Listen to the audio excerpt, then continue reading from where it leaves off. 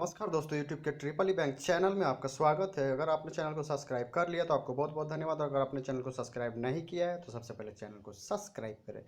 Channel के नाम के बगल में सब्सक्राइब का बटन आ रहा है, उसे प्रेस करें और चैनल को सब्सक्राइब करें। आज हम लोग बात करने वाले हैं मोटर का पार्ट 4। इससे पहले हमने मोटर का पार्ट 3 तक अपलोड कर दिया। अगर आपने वो नहीं देखा तो सबसे पहले वो देखें, फिर यहाँ से कंटिन्यू करें। तो चलिए आज स्टार्ट करते हैं पार्ट 4, जहाँ से हम लोग स्टार्ट करें 76 नंबर सवाल से। तो चलिए देखते हैं 76 नंबर सवाल। तो हमारा 76 नंबर सवाल बोल रहा है कि the speed of the motor falls from 1100 RPM at no load to 1050 RPM at rated load. ठीक ना। The speed regulation of the motor, तो बोल रहा है कि हमारा जो मोटर है वो पहले एक कार 1100 आरपीएम में घूम रहा था।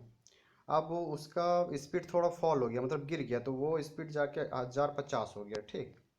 तो 50 आरपीएम स्पीड घटा। तो बोल रहा है कि हमारा स्पीड रेगुलेशन क्या होगा। तो हम लोग स्पीड रेगुलेशन का फॉर्मूला क्या जानते हैं कि नो लोड टू, जो हमारा नो लोड होता है स्पीड माइनस फुल लोड। ठीक। और अपॉन फुल लोड। तो देखिए हमारा नो लोड स्पीड था हमारा 1100, और उसके बाद जो हमारा नो फुल लोड स्पीड है 1050 और अपन 1050, तो हमारा आ जाएगा स्पीड रेगुलेशन। तो हमारा स्पीड रेगुलेशन कितना आएगा 50 अपॉन 1050। ठीक। तो देख लीजिए हमारा स्पीड रेगुलेशन कितना बन जाएगा। तो हम लोग परसेंटेज में निकाल देंगे तो 100 से गुना करना पड़ेगा। तो परसेंटेज स्पीड रेगुलेशन क्या आएगा, क्योंकि आंसर में परसेंटेज निकालना है हमको। तो हमारा हो जाएगा 4.76%। ठीक है ना। तो हमारा आंसर हो जाएगा बी। तो 76 का हो जाएगा बी।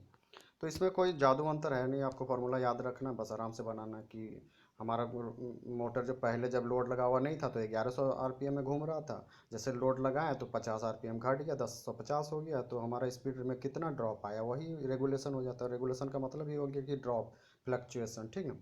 अब देखिए 77 क्या पूछ रहा था, armature voltage control of DC motor is provide. बोल रहा है कि जो हमारा आर्मेचर वोल्टेज कंट्रोल मेथड जो है डीसी मोटर में हम लोग जो देते हैं, तो वो कौन सा मतलब तरीका है। कांस्टेंट टॉर्क ड्राइव होता है, या कांस्टेंट वोल्टेज ड्राइव होता है, या कांस्टेंट करंट ड्राइव होता है, या नॉन वेव। तो देखिए इसका आंसर हो जाएगा हमारा कांस्टेंट टॉर्क डिवाइस हो जाएगा। ठीक है ना। तो 77 का हो जाएगा ए। अब देखिए कैसे होता है। देखिए हम लोग को दो फॉर्मूला, दो चीज़ में जानना है। एक होता है कांस्टेंट टॉर्क ड्राइव, अगर टॉर्क कांस्टेंट होगा तो पावर वेरिएबल होगा। ठीक ना, वेरिएबल होगा। अगर कांस्टेंट पावर होगा तो टॉर्क वेरिएबल होगा। ठीक ना। तो ये कैसे होता है देख लेते हैं। हम एक फार्मूला जानते हैं कि हमारा जो बैक ईएमएफ होता है वो क्या होता है, वी माइनस हो जाएगा आई ए आर ए। ठीक ना। और बोल रहा है यहाँ पे आर्मेचर वोल्टेज कंट्रोल मेथड, अगर आर्मेचर का वोल्टेज हम लोग कंट्रोल करेंगे तो हमारा आई ए कंट्रोल होगा। आई ए कंट्रोल होगा तो ई बी घटेगा। तो ई बी में वेरिएशन आ रहा है। तो देखिए पावर का जो फॉर्मूला होता है वो होता है ई बी माइनस आई ए। ठीक ना। तो जो हमारा पावर में वेरिएशन आएगा, तो अगर ईबी में वेरिएशन आ रहा है तो इसका मतलब पावर में वेरिएशन होगा। तो बस एक चीज़ आपको याद रखना है कि अगर पावर वेरी कर रहा है तो टॉर्क कांस्टेंट होगा, अगर टॉर्क वेरी करता ना तो पावर कांस्टेंट हो जाता। ठीक। तो ये चीज़ याद रखना। और इसका देखिए ग्राफ भी एक बनता है ना कि यहाँ पे हो जाएगा हमारा टॉर्क या पावर, दोनों में से कोई एक लेंगे। ठीक ना। एक ही ग्राफ में दोनों को दिखाने की कोशिश कर रहे हैं कि टॉर्क टॉर्क अगर कांस्टेंट है तो पावर वेरी होगा, पावर कांस्टेंट है तो टॉर्क वेरी होगा। तो देखिए जब हमारा टॉर्क कांस्टेंट रहता है तो पावर वेरी होता है। तो ये हमारा किसके द्वारा होता है, आर्मेचर कंट्रोल। ठीक ना। अगर आर्मेचर कंट्रोल करेंगे तो पावर वेरी होगा, टॉर्क होगा कांस्टेंट। उसके बाद यहाँ तक हमारा आर्मेचर कंट्रोल मेथड हो गया। अब हम लोग अगर फील्ड कंट्रोल मेथड का यूज करेंगे फ्लक्स वाला, तो इसमें क्या होगा, पावर कांस्टेंट होने लगेगा। ठीक। और टॉर्क हो जाएगा वेरी। ठीक ना। टॉर्क हो जाएगा हमारा वेरी। तो ये आपको याद रखना। ठीक ना।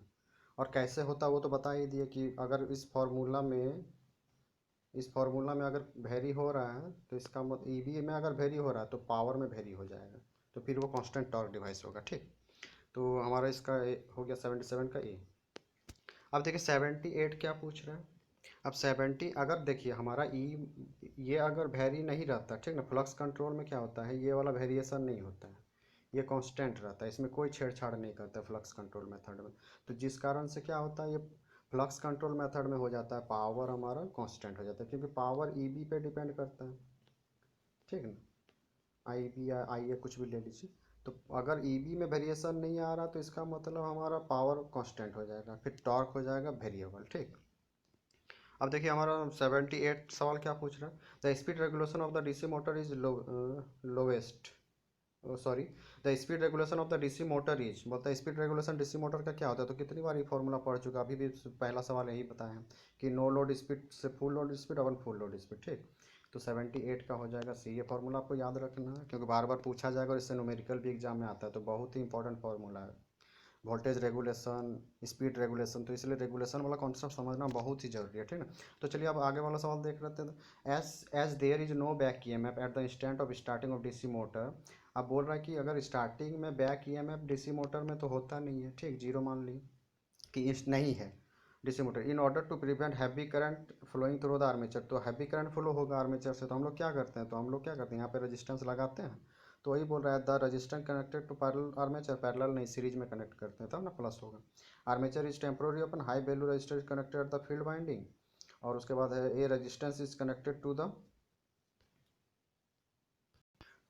Connected in series with armature. तो देखिए हम लोग यहाँ पे प्लस आ रहा है मतलब सीरीज में ना कनेक्ट करते हैं, अगर पैरेलल रहते तो मल्टीप्लाई वाला सवाल आ जाता है, R1 R2 अपन R1 प्लस R2। तो हम लोग प्लस कर रहे हैं, इसका मतलब सीरीज में, क्योंकि यहीं पे प्लस करेंगे तभी ना आई ए को कंट्रोल करेंगे। तो स्टार्टिंग में आई ए को कंट्रोल करते तो कैसे करते, वही पूछ रहा है कि through armature, in order to prevent heavy current को हम लोग कैसे दूर करेंगे कि स्टार्टिंग में हैवी करंट ना आए, तो उसके लिए हम लोग क्या करेंगे, ये रजिस्टेंस कनेक्ट करेंगे सीरीज में आर्मेचर के साथ। तो 79 का हो जाएगा ए। अब 80 नंबर देखिए क्या बोल रहा है, the speed of the DC shunt motor can be increase by, बोल रहा है कि डीसी शंट मोटर है उसका स्पीड हम लोग कैसे इंक्रीज करेंगे। तो देखिए हम लोग जानते हैं स्पीड का फॉर्मूला क्या होता है, हम लोग जानते हैं ई बी बराबर एन फाई होता है। तो अगर हम लोग ई बी बराबर, हम लोग क्या जानते थे, ई बी बराबर था V T minus I A R A होता है, तो ई बी बराबर एन फाई होता है, तो फाई को यहाँ कर देंगे। तो अगर हम लोग फाई को घटाएंगे तो स्पीड हमारा इंक्रीज होगा कि नहीं होगा, अगर फाई को बढ़ाएंगे तो स्पीड हमारा डिक्रीज हो जाएगा। तो हमको बोल रहा है कि स्पीड इंक्रीज करना है तो हमको फाई को घटाना होगा। तो फाई कहाँ से आता है, फील्ड रजिस्ट मतलब फील्ड का जो वाइंडिंग होता है वहाँ से आता है फाई। तो फाई में अगर रजिस्टेंस को हम बढ़ा देंगे तो करंट घट जाएगा, करंट घटेगा तो फाई को भी घटाएगा क्योंकि करंट प्रोपोर्शनल टू फाई होता है। तो रजिस्टेंस किसका, फील्ड रजिस्टेंस को बढ़ाएंगे तो फ्लक्स घटेगा, और फ्लक्स घटेगा तो स्पीड हमारा इंक्रीज हो जाएगा। ठीक, तो increase the resistance of armature नहीं, increase the resistance of field resistance, तो सी बी हमारा सही हो जाएगा। तो 80 का क्या होगा, 80 का हमारा हो जाएगा बी कि फील्ड रजिस्टेंस हमको बढ़ा देना ताकि करंट फील्ड का घट जाए और फ्लक्स भी घट जाए, फ्लक्स घटेगा तो स्पीड बढ़ जाएगा। ठीक है, अब देखिए 81 सवाल क्या पूछ रहा है, E I A the armature current then the speed of the armature then speed of the DC shunt motor is. तो देखिए हम लोग जानते हैं कि टॉर्क प्रोपोर्शनल क्या होता है, फाई इंटू आई ए, और हम लोग जानते हैं कि स्पीड पर इन्वर्सली प्रोपोर्शनल होता है टॉर्क। और शंट मशीन में क्या होता है, फाई कांस्टेंट होता है। ठीक, फाई कांस्टेंट होगा तो डायरेक्टली प्रोपोर्शनल टॉर्क किसका हो जाएगा, आई ए का। तो टॉर्क आई ए का प्रोपोर्शनल है तो हम यहाँ टॉर्क की जगह आई ए लिख सकते हैं, तो इन्वर्सली प्रोपोर्शनल आई ए आर्मेचर का हो जाएगा ये स्पीड। तो वही बोल रहा है इंडिपेंडेंट ऑफ आई ए, गलत, प्रोपोर्शनल टू आई ए नहीं, प्रोपोर्शनल तो है नहीं, इन्वर्सली प्रोपोर्शनल होगा। अब देखिए आगे देख लेते हैं, very with I A square नहीं, वेरी, या, तो डी नंबर हमारा आंसर हो जाएगा, 81 का हो जाएगा डी कि वेरी एज ए 1/आई ए। अब देखिए 82 क्या बोल रहे हैं, in case the back E M F of the speed of the DC motor are double the torque develop by the motor will be. तो बोल रहा है कि बैक ईएमएफ जो है हमारा डीसी मोटर का, उसको हम अगर डबल कर दें तो टॉर्क में हमारा क्या चेंज आएगा, हाँ बैक ईएमएफ को भी चेंज करना, और बोल रहा है कि स्पीड को भी अगर डबल कर दें, in case of back EMF and the speed of the DC motor will B double. तो बैक ईएमएफ और स्पीड दोनों को दोगुना करेंगे तो टॉर्क में क्या चेंज आएगा। तो हम लोग क्या जानते हैं कि बैक ईएमएफ किसके प्रोपोर्शनल होता है, एन इंटू फाइव। अगर एन को भी दो गुना करेंगे और बैक ईएमएफ को भी दो गुना करेंगे तो देखिए ये हमारा बैक ईएमएफ है, इसको भी दो गुना कर रहे हैं, एन को भी दो गुना कर रहे हैं, तो दो दो खत्म हो जाएगा। तो कोई चेंजिंग आ रहा, कुछ भी चेंजिंग नहीं आ रहा यहाँ पे स्पीड में। ठीक है, तो हम लोग जानते हैं कि टॉर्क इन्वर्सली प्रोपोर्शनल होता है स्पीड का। अब स्पीड में कोई चेंजिंग ही नहीं आ रहा है क्योंकि ना ई और बी दोनों प्रोपोर्शनल होता है, तो जिसका आंसर डबल किए तो दोनों इक्वल रह गया, दोनों कट गया। तो इसमें कोई चेंज नहीं आया, तो इसमें कोई चेंज आएगा तो रिमेन अनचेंज हो जाएगा। ठीक है, तो हमारा रिमेन अनचेंज हो जाएगा, 82 का हो जाएगा ए। अब 83 देख लेते हैं, देखिए क्या बोल रहा है, eight the instant of starting when DC motor is put on supply. बोल रहा है कि स्टार्टिंग में जब डीसी मोटर को हम सप्लाई से पुट करते हैं, इट बिहेव लाइक ए, तो ये कैसे बिहेव करता है, as a low resistance, as a high resistance. तो देखिए जब स्टार्टिंग में हम लोग क्या करते हैं, हम डीसी मोटर को सप्लाई देते हैं तो बैक ईएमएफ जीरो रहता, तो आईए बहुत ज़्यादा हो जाता। तो इस आईए को कम करने के लिए हम लोग क्या करते हैं, स्टार्टर लगा रहे थे स्टार्टर। तो अगर रेजिस्टेंस ज़्यादा होता तो स्टार्टर का हमको ज़रूरत पड़ता नहीं, तो इसका मतलब रेजिस्टेंस लो है इसलिए ना करंट हाई हो जा रहा था स्टार्टिंग में, तो जिस कारण से हमको स्टार्टर का यूज करना पड़ा। तो वही पूछ रहा है कि मशीन कैसे बिहेव करता है, तो मशीन लो रेजिस्टेंस सर्किट की तरह बिहेव करता है, तो हो जाएगा 83 का हमारा। इसीलिए ना लो रेजिस्टेंस था, इसीलिए ना हम लोग स्टार्टर का यूज किए थे, उसका रेजिस्टेंस बढ़ा दिए। अगर मशीन का रेजिस्टेंस हाई होता तो हमको स्टार्टर लगाने का कोई ज़रूरत ही नहीं पड़ता, तो हो जाएगा 83 का बी। ठीक। अब 84 का देखिए क्या बोल रहा है, the speed of DC motor can be vary by the varying. तो बोल रहा है डीसी मोटर का स्पीड को हम कैसे वेरी कर सकते हैं। तो देखिए हम तीन चीज़ बताए थे कि डीसी मोटर का स्पीड को अगर वेरी करना है तो फ्लक्स के कंट्रोल से वेरी कर सकते हैं, आर्मेचर कंट्रोल से वेरी कर सकते हैं, और एक टर्मिनल वोल्टेज। ठीक ना। तो ये तीनों मेथड है जिसके द्वारा हम स्पीड को कंट्रोल कर सकते हैं। और तीनों मेथड देखिए कहाँ से आता है, ये हम लोग एन प्रोपोर्शनल जानते हैं, V minus I A R A upon five. ये कोई नया फार्मूला नहीं है। ई बी बराबर जो फार्मूला हम लोग जानते थे, V minus I A are है, उसी ई बी एन फाइव का प्रोपोर्शनल होता, तो एन और यहाँ नीचे फाइव कर दिए, तो यही वाला फार्मूला। ठीक। तो देखिए इसमें हम इसको चेंज करेंगे तो भी स्पीड कंट्रोल होगा, एन कंट्रोल होगा ना। अगर बढ़ाएंगे तो घटेगा, घटाएंगे तो बढ़ेगा। आई ए को आर ए आर्मेचर में अगर रेजिस्टेंस लगा देंगे तो उससे भी हम लोग वेरी कर सकते हैं स्पीड को, कि घटने लगेगा, रेजिस्टेंस बढ़ाएंगे तो स्पीड घटने लगेगा। और वोल्टेज कंट्रोल करेंगे तो भी स्पीड में वेरिएशन आएगा। ठीक ना। तो तीनों मेथड हम लोग कर सकते हैं। तो हमारा हो जाएगा फील्ड करंट, ठीक है, अप्लाइड वोल्टेज से भी हो जाएगा, फील्ड करंट से फ्लक्स आ जाएगा, resistance in series with armature, armature का रेजिस्टेंस, आर्मेचर का सीरीज के साथ रेजिस्टेंस ऐड करेंगे तो फिर स्पीड घटता जाएगा। तो 84 का आंसर हो जाएगा हमारा D N A of auto. ठीक है, समझ में आ ही गया होगा आपको। अब 85 का देखिए, देखिए सवाल सब समझने वाला है, सिर्फ आपको जो पहला पार्ट जो हम बनाए उसमें जो फार्मूला याद करने दिया ना, अगर आप वो फार्मूला याद कर लिए हैं और हमारा लेक्चर देख रहे हैं तो हम गारंटी के साथ बता रहे हैं, आपका किसी भी एग्जाम में बैठिए, एसएससी लेवल का, जूनियर इंजीनियर लेवल का, आपका एक भी सवाल छूट गया ना तो हम वीडियो बनाना छोड़ देंगे। ठीक है ना। तो आप सिर्फ विश्वास कीजिए, आपका एक भी एग्जाम में सवाल छूटने नहीं देंगे हम। तो सिर्फ आप पहला वीडियो का जो फॉर्मूला हम बताया था उसको एकदम रट जाइए किसी तरह से भी, और समझा भी दिए हैं, आपको रटना नहीं है, आप समझ भी जाइएगा। और आप थ्योरी पढ़े हैं तो आसानी से समझ जाइएगा, अगर थ्योरी नहीं पढ़े हैं तो आपको थोड़ा दिक्कत होगा, लेकिन आपको वो करना ही करना है। ठीक। Which one of the following is not necessarily the advantage of DC motor over AC motor. तो बोल रहा है कि इन चारों में से कौन सा ऐसा एक चीज़ है जिसका जो डीसी मोटर के लिए एडवांटेज नहीं है, मतलब as compare to AC motor. AC motor के लिए वो क्या बोलते हैं एडवांटेज है, लेकिन डीसी मोटर के लिए वो बेस्ट नहीं है। तो देखिए डीसी मोटर का वाइड स्पीड रेंज है, तो बहुत पहले से हम लोग बताते आ रहे हैं बार बार कि इसीलिए ये पॉपुलर भी हुआ। स्टेबिलिटी भी डीसी मोटर का अच्छा, हाई स्टार्टिंग टॉर्क भी देता है, दो गो गुण तो डीसी मोटर में होता है, लेकिन डीसी मोटर का कॉस्ट लो नहीं होता, हाई होता है as compare to AC motor. इसलिए एसी मोटर अभी इसलिए पॉपुलर हुआ कि उसका प्राइस लो हो जा रहा है, लेकिन स्पीड कंट्रोल भी अभी ठीक ठाक दे रहा है, लेकिन टॉर्क उतना नहीं दे पा रहा है जितना डीसी मोटर दे रहा है। ठीक ना। और डीसी मोटर में smooth speed operation, easy operation भी है। ठीक। तो लो कॉस्ट किस लिए नहीं है, देखिए डीसी, अगर एस हम जानते हैं कि हर एक कोई भी मशीन हो, डीसी हो या एसी हो, आउटपुट पे हमको एसी ही देगा। ठीक। हम उसके बाद इस एसी को डीसी में कन्वर्ट करते हैं as with the help of commutator. अब मान लीजिए हमको आउटपुट पे एसी चाहिए तो हमको कम्यूटेटर लगाना नहीं पड़ेगा, कम्यूटेटर लगाना नहीं पड़ेगा तो कम्यूटेटर का खर्चा हमको बच गया एसी मशीन में, क्योंकि एसी मशीन में डायरेक्ट हम एसी ले लेंगे। अब हमको उसको डीसी बनाना तो अलग से कम्यूटेटर खरीद कर लगाना पड़ा, तो इसका कॉस्ट बढ़ा, तो डीसी मशीन का कॉस्ट भी बढ़ गया। तो इसलिए DC machine as compare to AC machine costed ही होता है। ठीक है। तो 85 का हो जाएगा ए, कि सिर्फ ये फीचर्स डीसी मशीन में नहीं है, बाकी सब फीचर्स मिल जाएगा आपको। अब देखिए 86 का क्या बोल रहा है, for a DC shunt motor if the excitation is change. बोल रहा है कि डीसी शंट मोटर का अगर एक्साइटेशन चेंज करेंगे, तो एक्साइटेशन क्यों देते हैं हम लोग, फील्ड का फ्लक्स बनाने के लिए। अब एक्साइटेशन को अगर हम लोग चेंज करेंगे तो क्या होगा, टॉर्क प्रोपोर्शनल होता है फाइव इंटू आई ए। ठीक। तो अगर हम एक्साइटेशन को चेंज करेंगे, घटाएंगे या बढ़ाएंगे, तो फाइव भी घटेगा या बढ़ेगा। ठीक ना, घटेगा या बढ़ेगा। तो फाइव घटेगा बढ़ेगा तो टॉर्क भी वेरिएबल हो जाएगा। और हम जानते हैं कि अगर टॉर्क वेरी कर रहा है तो पावर हमारा कांस्टेंट होता है, अगर पावर वेरी करेगा तो टॉर्क कांस्टेंट होता है। तो दो चीज़ गांठ बांध लीजिए, अगर हमारा आर्मेचर कंट्रोल मेथड है, आर्मेचर कंट्रोल मेथड है ना, तो उसमें क्या होगा कि उसमें हमारा टॉर्क जो है वो हमारा टॉर्क हमारा होगा कांस्टेंट, ठीक, और पावर होगा वेरी। इसको कहीं नोट डाउन कर लीजिए कि आर्मेचर कंट्रोल में हमारा टॉर्क होता है कांस्टेंट और पावर होता है वेरिएबल, ठीक। तो चलिए इसको ऐसे याद रखना, हम सिर्फ आपको एक वो याद दिलवा देंगे फील्ड वाला, ठीक। तो ये वाला आप खुद निकाल लीजिएगा।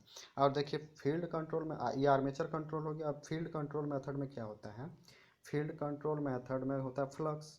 अब फील्ड कंट्रोल मेथड में हो जाएगा पावर हमारा कांस्टेंट और हो जाएगा टॉर्क, पावर कांस्टेंट है तो टॉर्क वेरिएबल हो जाता है। फील्ड कंट्रोल में क्या आता है, FIELD होता है। तो देखिए अगर आप किसी भी जॉब में जाइएगा ना तो आपको PF मिलता है, PF कटता है, ठीक। तो इस PF से याद रखना है कि अगर फील्ड कंट्रोल पूछा तो PF, तो इसका मतलब कौन कांस्टेंट होगा, पावर। अगर तो पावर अगर कांस्टेंट है तो टॉर्क हमेशा वेरिएबल होगा। तो हमको यहाँ सवाल पूछा है कि DC शंट मोटर में एक्साइटेशन चेंज कर रहे हैं, मतलब फील्ड कंट्रोल कर रहे हैं, फील्ड का वेरिएशन हो रहा है। फील्ड वेरिएशन होगा तो टॉर्क में वेरिएशन आ जाएगा, फाई इंटू आई होता है ना, इसीलिए टॉर्क में वेरिएशन आ जाएगा। टॉर्क वेरी कर रहा तो पावर कांस्टेंट होगा। तो इसका आंसर हो जाएगा torque will be change but the power will be remain constant. तो 86 का हो जाएगा हमारा बी। अब 87 देखिए क्या पूछ रहा है, which motor has the poorest speed control. Poorest कौन सा मोटर है जिसका स्पीड कंट्रोल बहुत ही पुअर है, तो वो हमारा होता है सीरीज मोटर, ठीक ना। सीरीज मोटर का बताया था कि स्पीड कंट्रोल बहुत ही गंदा होता है, इसका स्पीड रेगुलेशन भी गंदा होता है, इसीलिए स्पीड कंट्रोल भी अच्छा नहीं होगा ना, रेगुलेशन ही गंदा है। तो तो हमको याद रखना कि ये चीज़ याद ही रख लेना आपको कि जो हमारा सीरीज मोटर होता है उसका स्पीड कंट्रोल और स्पीड रेगुलेशन दोनों गंदा होता है, ठीक, अच्छा नहीं होता है। तो 87 का हो जाएगा डी। अब 88 का देखिए सवाल क्या पूछा था, प्लगिंग गिव्स द, प्लगिंग क्या करता है हमको, तो प्लगिंग क्या करता है, हाईएस्ट टॉर्क ब्रेकिंग है ये, ब्रेकिंग प्रोवाइड करता है, मतलब मोटर अगर घूम रहा है उसको रोकना है, ठीक, तो प्लगिंग का यूज करते हैं। तो प्लगिंग में हम लोग क्या करते हैं, तो 88 का देखिए हो जाएगा सी। आप समझ लेते हैं इसको क्या होता है। देखिए प्लगिंग में हम लोग क्या करते हैं कि जो मोटर सप्लाई से मान लीजिए कनेक्ट है, ठीक, अब सप्लाई से कनेक्ट है और हमको इस मोटर को रोकना है, तो हम लोग क्या करते हैं, अचानक से इस मोटर में जो हमारा टर्मिनल वोल्टेज है, मान लीजिए प्लस से माइनस था, तो हम लोग अचानक से क्या करेंगे, ये प्लस था ना तो यहाँ माइनस कर देंगे, मतलब सप्लाई को पलट देंगे, और जैसे सप्लाई को पलटेंगे तो फ्लक्स का डायरेक्शन हो जाएगा माइनस। अब माइनस होगा तो अपोजिट डायरेक्शन में घूमने खोजेगा, और जैसे ही अपोजिट डायरेक्शन में घुसेगा, मान लीजिए 10 RPM में घूम रहा था मान लेते हैं, ठीक। अब इसको जैसे सप्लाई चेंज किए हम टर्मिनल वोल्टेज का, तो ये -10 होने खोजेगा। अब -10 जब होने खोजेगा तो सबसे पहले इसको जीरो में आना पड़ेगा ना, तो जिस टाइम में जीरो में आएगा ना तो सप्लाई को हम देंगे डिस्कनेक्ट करके, तो मोटर स्टॉप हो जाएगा। तो ये क्या करता है, हाई ब्रेकिंग प्रोवाइड करता है। तो ब्रेकिंग में हम लोग क्या बोलते हैं, चार चीज़ हम लोग चार, तो ब्रेकिंग में हम लोग पांच चीज़ देख लेते हैं, ठीक ना, पांच चीज़। तो वो पांच आपको याद रखना, ठीक ना। एक हो जाता है हमारा क्या, कोस्टिंग, एक हो जाएगा हमारा मैकेनिकल ब्रेकिंग, एक हो जाएगा हमारा रियोस्टेट या डायनामिक ब्रेकिंग होता है, रियोस्टेट या डायनामिक ब्रेकिंग, ठीक ना। कोस्टिंग में क्या करते हैं हम लोग, मोटर को सप्लाई से डिस्कनेक्ट कर देते हैं और मोटर कुछ देर बाद घूमते घूमते स्टॉप हो जाता है, इनर्शिया के कारण थोड़ा देर घूमता है फिर चुपचाप हो जाता है। तो ये उतना अच्छा ब्रेकिंग है नहीं, ठीक, और कॉस्ट भी इसका लो होता है। मैकेनिकल ब्रेकिंग में क्या करते हैं, इसमें हम लोग जो मोटर का शाफ्ट होता है ना, यहाँ पे प्रेशर दे के, मतलब या रबड़ वगैरह से कुछ भी प्रेशर से दबाते हैं अंदर ऐसे करके, तो दबाने के बाद क्या होता है, तो रोटर मूवमेंट कर, मतलब इसको मूवमेंट जो कर रहा होता है शाफ्ट इसका, तो वो जाम होने लगता है, धीरे धीरे सू के सहायता से वो रुक जाता है, लेकिन बहुत ज़्यादा हीट प्रोड्यूस करता है, इससे क्या होता है ना, मोटर का शाफ्ट टूट भी जाता है कभी कभी। अब इतना ज़्यादा दबा के रखेंगे तो धीरे धीरे घूमते घूमते काइनेटिक एनर्जी पोटेंशियल में चेंज होगा, तो चेंज होगा तो हीट कर देगा, इसको हीट करेगा तो ये जो मटेरियल है वो कुछ भी हो सकता है, टूट सकता है, बिखर सकता है, कुछ भी हो सकता है। अब रियोस्टेट ब्रेकिंग में क्या करते हैं हम लोग, टर्मिनल में जैसे सप्लाई को डिस्कनेक्ट किए ना और यहाँ पे एक रेजिस्टेंस जोड़ देते हैं, तो क्या होता है ना, तो जो मशीन घूमना चाह रहा था, घूमते हुए जो करंट दे रहा था, क्योंकि घूमेगा तो फ्लक्स कट करेगा, तो वो इस रेजिस्टेंस के सहायता से उस करंट को जीरो करते हैं, ठीक, और मशीन को रोक देते हैं। ये हो गया। उसके बाद हम लोग एक करते हैं चौथा, प्लगिंग। प्लगिंग में क्या करते हैं, अभी आपको बता दिए कि सप्लाई टर्मिनल को इंटरचेंज करते हैं तो मोटर अपोजिट डायरेक्शन में घूमने खोजता है, और जैसे ही मोटर जीरो में पहुंचता है तो हम लोग सप्लाई को ही डिस्कनेक्ट कर देते हैं, तो मोटर स्टॉप हो जाता है। उसके बाद एक होता है हमारा रीजनरेटिव ब्रेकिंग, जिसका हम लोग यूज किसमें, ट्रेन वगैरह में, लोकोमोटिव में करते हैं रीजनरेटिव ब्रेक। इसमें हम लोग मोटर को स्टॉप नहीं करते, सिर्फ हम लोग मोटर को जनरेटर में चेंज कर देते हैं, ठीक ना। तो बस इसमें क्या होता है कि डायरेक्शन को चेंज कर देते हैं, मोटर को जनरेटर में कन्वर्ट करवा देते हैं खाली। इसमें क्या करते हैं, जो माइनस ई बी था ना, उसका वैल्यू को V T minus E B होता है आई ए बराबर, ठीक ना। तो हम लोग ई बी का वैल्यू को बढ़ा देंगे, इतना ज़्यादा बढ़ा देंगे कि टर्मिनल वोल्टेज से ज़्यादा आ जाए, तो मोटर क्या जनरेटर में कन्वर्ट हो जाता है, ठीक। क्योंकि इसको ज़्यादा करेंगे तो ये माइनस में ई बी आने लगेगा, और माइनस पहले से तो प्लस हो जाएगा, तो प्लस हो जाएगा तो ये जनरेटर बन जाएगा। तो जो रीजनरेटिव ब्रेकिंग होता है उसमें मोटर को स्टॉप नहीं किया जाता, उसको सिर्फ मोटर को जनरेटर में कन्वर्ट कर दिया जाता है, ठीक है। तो जहाँ ढलान वगैरह होता है तो वहाँ पे लोकोमोटिव को चलाने के लिए हम लोग ऐसा करते हैं, ब्रेकिंग दिलवाने के लिए।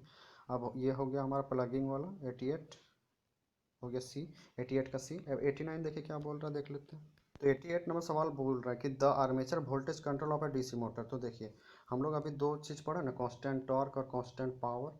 तो ये दो चीज़ को सिर्फ याद रखना है आपको, ये बहुत बार पूछा जाएगा और सबसे इंपॉर्टेंट सवाल यही है, और इसमें कन्फ्यूजन भी बहुत होता है। तो देखिए अगर हम लोग आर पी से क्या था पी एफ, तो फील्ड कंट्रोल मेथड में हम लोग क्या करते हैं, कांस्टेंट पावर मिलता है। और यहाँ हो जाएगा टॉर्क। तो टॉर्क हम लोग देखिए आई ए अपॉन फाइव अपन आई ए होता है, तो आर्मेचर करंट है ना। तो आर्मेचर कंट्रोल मेथड में हमको क्या मिलता है, टॉर्क। वो हमारा कांस्टेंट टॉर्क वाला मेथड होता है, ठीक। और फील्ड कंट्रोल में पीएफ से याद रखना आपको कि कांस्टेंट पावर वाला मेथड होता है, ठीक। तो वही पूछ रहा है कि the armature voltage control method और डीसी मोटर प्रोवाइड क्या प्रोवाइड करता है, जो armature voltage control method use करते हैं वो हमको क्या प्रोवाइड करता है। तो चलिए ऑप्शन देख लेते हैं। तो जो आर्मेचर कंट्रोल मेथड है हमारा, तो उसमें हम लोग कांस्टेंट क्या आर्मेचर था, तो वो टॉर्क में आता था ना, तो कांस्टेंट टॉर्क प्रोवाइड करवाता है, ठीक है। तो ए हो जाएगा। तो 89 का हो जाएगा हमारा ए। अब 80, अब 90 देख लेते हैं। If a DC motor design for 40 degree Celsius ambient temperature is to be use 50 degree Celsius ambient temperature then the motor. तो अगर हमको मोटर डिज़ाइन किया गया कि 40 डिग्री सेल्सियस तक वो झेल सकता है, अगर हमको 50 डिग्री सेल्सियस तक झेलने वाला के लिए, मतलब कहीं पे ऐसा हो रहा है कि टेम्परेचर 50 डिग्री सेल्सियस हो जा रहा है, तो उस जगह क्या हम इस मोटर को यूज करेंगे, तो वही पूछ रहा है। तो अब जब उसमें रेटिंग ही दिया गया कि 40 डिग्री तक हम लोग यूज कर सकते हैं, तो अगर इससे एबव यूज करेंगे तो मोटर ख़त्म हो जाएगा। तो इसके लिए हमको हाई रेटिंग का लेना होगा, तो एचपी हमको बढ़ा देना होगा। तो वही होगा, तो लोअर एचपी नहीं होगा, higher HP should be selected. Can be use for इतना एम्बिएंट टेम्परेचर ऑल्सो नहीं यूज कर सकते, ये भी नहीं होगा। बी नंबर फंस रहा है। अब देखिए उसके बाद डी नंबर क्या बोल रहा है। डी नंबर है हमारा is to be detarded by the derated by the factor recommended by the manufacturer and select the next. हाँ, तो अगर मैन्युफैक्चरर जो सेलेक्ट किया है कि 40 डिग्री है, तो हम उसको क्या बोलते हैं, छेड़छाड़ नहीं करेंगे कि 50 में यूज कर लेंगे तो ख़त्म हो जाएगा मोटर। तो वही है कि हमको अगर ऐसा 50 में चलाना होगा तो हाईएस्ट रेटिंग वाला मोटर ले लेंगे, ठीक ना। एचपी उसका बढ़वा देंगे, ठीक ना। तो 90 का हो जाएगा हमारा डी। अब देखिए 91 क्या बोल रहे हैं। If the terminal of the armature of DC motor are interchanged, this action will be offer following kind of braking। अभी बोला ना कि हम लोग टर्मिनल वोल्टेज को इंटरचेंज किस में करते हैं, तो प्लगिंग वाला, पहले प्लस माइनस था, तो प्लगिंग वाला में क्या करते हैं, माइनस प्लस कर देंगे, तो जैसे ही ऑपोजिट डायरेक्शन में घूमेगा मोटर, तो जैसे ही जीरो में पहुंचेगा ना, तो सप्लाई टर्मिनल को हम लोग डिस्कनेक्ट कर देते हैं, तो वो प्लगिंग ऑपरेशन कहलाता है, ठीक है। ब्रेकिंग, वो जो ब्रेकिंग का प्रोसेस है उस प्रोसेस को हम लोग प्लगिंग ब्रेकिंग कहते हैं, ठीक है। तो वही पूछ रहा है कि किस में हम लोग टर्मिनल वोल्ट मोटर का इंटरचेंज करते हैं, जो apply the terminal of the armature of DC motor are interchange this section. हाँ, तो इसमें प्लगिंग हो जाएगा, कान 91 का हो जाएगा बी, कि इंटरचेंज हम लोग किस में करते हैं, प्लगिंग ब्रेकिंग में। Which of the following motor one will choose the drive the rotary come, तो रोटेटरी कंप्रेसर। तो इसके लिए हम लोग सिंक्रोनस मोटर का यूज करते हैं, ठीक। इसको याद रखना आपको डी, कि जो रोटेटरी कंप्रेसर होता है उसके लिए हम लोग सिंक्रोनस मोटर का यूज करते हैं, क्योंकि ये सिंक्रोनस मोटर एसी वाला मोटर होता है और कांस्टेंट स्पीड पे भी रोटेट करता है, तो एज कम्पेयर टू डीसी हम उस एसी को प्रीफर कर लेते हैं, ठीक है। क्योंकि यहाँ उतना क्या बोलते हैं ना, टॉर्क का ज़रूरत होता है और ना ही कांस्टेंट स्पीड का तो ज़रूरत होता है, तो हमको सिंक्रोनस मोटर से मिल ही जाएगा, और हमारे पास सप्लाई भी एसी रहता है, तो हम लोग इसी को प्रीफर कर लेते हैं उस टाइम, ठीक है। अगर ये ऑप्शन नहीं रहता तो फिर डीसी संट देख लेते हैं, हम लोग संट में मारते, ठीक है। और 93 का देखिए सवाल क्या पूछा, तो 92 का हमारा हो गया डी। अब 93 वाला सवाल देखिए क्या पूछ रहा है। 93 का सवाल है हमारा, if the speed of the DC shunt motor is increase. बोल रहा है कि डीसी शंट मोटर का स्पीड अगर इंक्रीज कर रहे हैं, the back EMF of the motor will be. तो बैक ईएमएफ क्या हो जाएगा, तो हम लोग जानते हैं ना बैक ईएमएफ बराबर क्या होता है, एन फाइव। तो डीसी शंट मोटर में होता है फ्लक्स कांस्टेंट, तो फ्लक्स कांस्टेंट तो इसको ख़त्म कर देंगे। तो बोल रहा है कि अगर स्पीड इंक्रीज करेंगे back EMF the motor will B, हाँ स्पीड अगर इंक्रीज करें तो बैक ईएमएफ भी इंक्रीज हो जाएगा। तो आंसर हो जाएगा 93 का ए। तो 93 हो गया ए। अब 94 देखिए क्या बोल रहा है, why the DC motor prefer for traction application. तो क्यों यूज करते हैं, क्योंकि हाई टॉर्क चाहिए ट्रैक्शन वाला एप्लीकेशन में। रेलवे वाला में क्या चाहिए, इतना इतना पैसेंजर लोड रहता है या मालगाड़ी लोड है, उसको हमको स्टार्ट, कोई भी गाड़ी लोडिंग में ही रहता है ना, अनलोडिंग तो रहता नहीं कि पहले स्टार्ट कर लिए फिर लोड करवा रहे हैं गाड़ी को, ऐसा तो होता नहीं। अब लोड हो चुका है, मान लीजिए मालगाड़ी अब लोड हो चुका है, इतना इतना टन में लोड है और उसको खींचना है, तो कौन खींचेगा, तो इसके लिए हाई टॉर्क चाहिए। हाई टॉर्क हमारा सीरीज मोटर ही दे पाएगा, तो डीसी मोटर ही नहीं दे पाएगा, क्योंकि आईए के स्क्वायर के प्रोपोर्शनल होता है टॉर्क। तो इसीलिए हम लोग, और पॉपुलर भी इसीलिए हुआ है डीसी मोटर कि उसका स्पीड वेरिएशन अच्छा है और टॉर्क भी हाई होता है। तो हमारा कौन सा है, torque is proportional armature current, torque is proportional to square of the root of, ये भी होगा। अब the speed of the inversely proportional to the torque and the torque is proportional to the, तो देखिए ये भी होता अगर ये वाला ऑप्शन नहीं रहता। तो इसमें दोनों फीचर्स बताया, इसमें सिर्फ एक वो फीचर्स बताया, तो हम इसको प्रीफर करेंगे डी को। ठीक, बोल रहा है कि जो स्पीड होता है वो इन्वर्सली प्रोपोर्शनल होता है टॉर्क का, और टॉर्क जो होता है वो आई ए का होल स्क्वायर होता है। दोनों के बारे में बात कर रहा, तो ये वाला प्रीफर कर लेंगे। अगर ये वाला ऑप्शन नहीं रहता तो फिर सी का ऑप्शन करते, क्योंकि सी भी सही बोल रहा है, ठीक ना। तो 94 का हमारा हो जाएगा डी, क्योंकि इसमें दोनों फीचर्स के बारे में बात कर दिया, तो इसलिए इसी को प्रीफर करेंगे हम। अब देखिए 95 क्या बोल रहा है, विच of the following motor have almost constant speed over there full load range. बोल रहा है कि फुल लोड रेंज में वो कौन सा मोटर है जो कांस्टेंट स्पीड हमको देता है, ठीक ना। तो कौन सा मोटर हो जाएगा, डीसी शंट मोटर। हाँ, तो शंट मोटर का काम ही होता है कि कांस्टेंट स्पीड देना, चाहे कितना भी लोड हो, थोड़ा स्लाइटली थोड़ा सा डिक्रीमेंट होता है लेकिन उसको नेग्लिजिबल मानते हैं, ठीक ना। तो वो हो जाता है। और लो रिलक्टेंस स्क्वायरल केज जो मोटर होता है ये भी हमको कांस्टेंट स्पीड देता है, तो दोनों मोटर हो जाएगा, ठीक ना। तो ऑप्शन हो जाएगा सी, कि जो डीसी मोटर है वो भी कांस्टेंट स्पीड देगा और जो low reluctance low resistance squirrel cage motor जो है वो भी देगा। अब कैसे, और स्क्वायरल केज देखिए क्या होता है, वो होता है कॉपर का छड़ होता है, ठीक है ना। जैसे हम लोग यहाँ पे वाइंडिंग करने के लिए, आर्मेचर वाइंडिंग करने के लिए क्या करते हैं, वायर लेते हैं। तो स्क्वायरल केज जो मोटर होता है वो एसी मोटर होता है, तो उसमें हम वायर वगैरह कुछ नहीं लेते, उसमें रॉड ले लेते हैं और उसको तिरछा प्लेस करके इंड रिंग से हम लोग इसको जॉइंट कर देते हैं, तो कॉपर वायर की तरह ही काम करने लगेगा, ठीक। तो जैसे ये घूमेगा ना तो फ्लक्स को कट करेगा, क्योंकि यहाँ से मान लीजिए फ्लक्स जा रहा होगा तो कट करेगा इसको, और ये ऐसे ऐसे लगा हुआ रहेगा तो ये फ्लक्स घूमेगा जैसे, तो कट करेगा तो हमको आउटपुट पे ईएमएफ मिल जाएगा। कट करेगा तो ईएमएफ डेवलप होगा, और ईएमएफ डेवलप होगा तो फोर्स आ जाएगा, बैक ईएमएफ आएगा तो फोर्स आ जाएगा, और स्पीड, क्योंकि बैक ईएमएफ स्पीड के प्रोपोर्शनल होता है ना, तो जैसे ही बैक ईएमएफ आएगा तो स्पीड भी इंक्रीज होता जाएगा, ठीक है ना। तो इसलिए दोनों हो जाएगा। अब 96 नंबर सवाल देखिए क्या बोल रहा है, बोल रहा है कि विच of the following motor is usually used in house hold refrigerator. तो हाउस होल्ड रेफ्रिजरेटर जो होता है वहाँ पे हम लोग सिंगल फेज इंडक्शन मोटर का यूज करते हैं, ये याद रखना आपको, ठीक ना। ये तो ये एसी का सवाल लेकिन डीसी में भी डाल दिया है तो चलेगा। तो स्प्लिट फेज स्टार्टर और इंडक्शन रन मोटर, तो वही एसी मोटर होगा तो उसका स्प्लिट, ये जो हमारा स्टार्टर का, चलिए छोड़िए इसको अभी डिस्कस नहीं करना उतना ज़्यादा इस, क्योंकि ये एसी में हम लोग डिस्कस कर लेंगे, ठीक। तो याद रखना है कि जो हमारा रेफ्रिजरेटर होता है उसमें हम लोग सिंगल फेज इंडक्शन मोटर का यूज करते हैं, ठीक है। तो 96 का हो जाएगा सी, क्योंकि घर में एसी अवेलेबल होता है तो डीसी वगैरह तो यूज नहीं हो पाएगा, उतना बेस्ट भी नहीं होता, और वहाँ पे रेफ्रिजरेटर में टॉर्क वगैरह का तो ज़रूरत उतना है नहीं, तो ये प्रीफर कर जाता है इंडक्शन मोटर, ठीक है। और आज के टाइम में इंडक्शन मोटर बहुत ज़्यादा पॉपुलर हो गया है, क्योंकि ये यही मोटर है जो डीसी मोटर को मार दिया, ठीक ना। मतलब डीसी मोटर सबसे ज़्यादा पॉपुलर था, लेकिन जब से इंडक्शन मोटर में डेवलपमेंट स्टार्ट हुआ ना तो डीसी मोटर का जगह लेने लगा ये। और आने वाला टाइम में डीसी मोटर की जगह यही आ जाएगा, क्योंकि इसका टॉर्क धीरे धीरे बढ़ते जा रहा है। अब देखिए 97 और क्या बोल रहा है, विच of the following motor is most suitable for the singling device and the many kind of timers. तो इसके लिए हम लोग यूज करते हैं रिलक्टेंस मोटर। अगर सिंगलिंग डिवाइस और टाइमिंग के टाइमर जो होता है हमारा, तो ये हमारा, ठीक है, स्पेशल पर्पस मोटर है, तो याद रखिएगा इसको, याद ही रखना। और ये सवाल बहुत ही एग्जाम में आने वाला है, तो इसको हमेशा आपको, चाहे आप रट लो, क्योंकि इसमें वैसे समझाने वाला कुछ है नहीं, इसके लिए तो पूरा टॉपिक समझाना पड़ेगा आपको, ठीक है। तो उसके लिए क्या होगा, रिलक्टेंस मोटर 97 का हो जाएगा डी। और ये कांस्टेंट स्पीड पे भी वर्क करता है रिलक्टेंस मोटर जो है।